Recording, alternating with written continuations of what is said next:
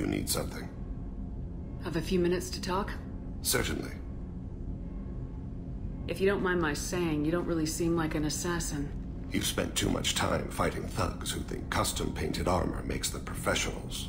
The Hanar trained my body for this role since I was 6 years old. The Hanar? Excessively polite, worship the Protheans? They don't seem the type who train assassins. Every species trains assassins. The Hanar are only unusual in that they need other species to do the killing for them. They have a strong grip and natural toxins, but have you ever seen one move quickly outside of water? Or fire a gun? You've been killing since you were 6? Of course not. I didn't make my first kill until I was 12. They were training me. I was not to be used and thrown away. I was an investment. You were a child, not an investment. I've given you the wrong idea. They valued me, yes, as a resource, but also as a person. They regretted their need for me.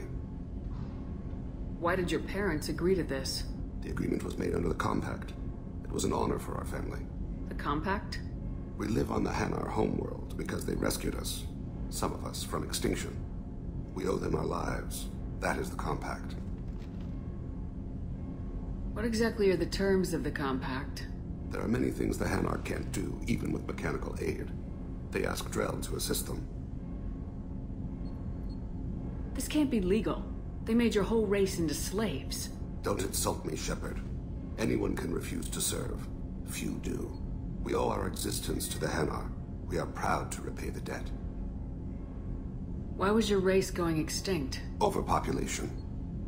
That must sound trite to you. Humans developed mass effect drive before the problem became acute. Our homeworld, Rakana, had few resources. We hadn't even developed fusion power when the soil began to fail from overuse and pollution. The Hanar found us a century ago. They sent hundreds of ships, evacuated thousands of us. Billions more had to be left behind. What's the state of Rakana now? Do you read your philosophers? A man named Thomas Hobbes. When all the world is overcharged with inhabitants, and the last remedy of all is war, which provideth for every man by victory or death. As Rakana died around them, my people slaughtered each other for mouthfuls of water, crumbs of food. But you don't kill for the Hanar anymore. You're freelance. What changed? I was asleep for a long time, yes. I paid no attention to what my body was asked to do, but then... Laser dot trembles on the skull. One finger twitch. He dies. Then, the smell of spice on the spring wind. Sunset-colored eyes defiant in the scope. The laser dances away. My apologies. Drell slip into memory so easily. Was that one of your assassinations? Yes. Perhaps we can discuss it later. I've wasted too much of your time. Do you need something? Have a few minutes to talk? If you wish. The last time we talked, you started speaking about a past event as if you were watching it. Drell have perfect memories. We can relive any moment in our lives with perfect clarity. It's difficult to control at times. Some of us disappear into, let's call it solipsism. What do you mean, solipsism? When a memory feels as real as life, it's as valid as life. Thinking about a moment brings back the smell of cut grass, the warmth of another's hand on yours, the taste of another's tongue in your mouth. Wouldn't you rather lose yourself in such a memory than spend the night alone, staring at walls of metal and plastic? Isn't there a risk that you could lose yourself in bad memories as well? Of course. Remembering the times I've taken bullets is unpleasant. But I can look at my knee and see it's not shattered. The memories that are hard to escape are those of despair. You can remember everything that happened in your life? Nearly. I expect if we remembered the birth trauma, we'd never recover from it. You can relive every assassination you've ever made? In perfect detail. Every mistake I made. Every target's last breath. That sounds difficult. At any moment, you could relive the guilt. Guilt? No. I've never felt any particular guilt about my contracts. My employers killed them. My body was only the tool they used. If you kill a man with your gun, do you hold the gun responsible? My gun can't decide right from wrong. You clearly do. My soul does. But my body is merely flesh. Flesh whose reflexes were honed to kill. Drell minds are different from humans.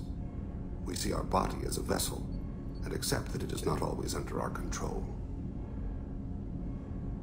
So you don't assume any responsibility for the things you do? Not every action performed by my body is a result of conscious choices. I take responsibility for those that are. Humans often believe in a soul distinct from the body. A spirit responsible for moral reasoning that lives on after the body's death. Our belief is just a bit more literal. The last time we talked, you remembered one of your assassinations. Something about sunset-colored eyes? That time.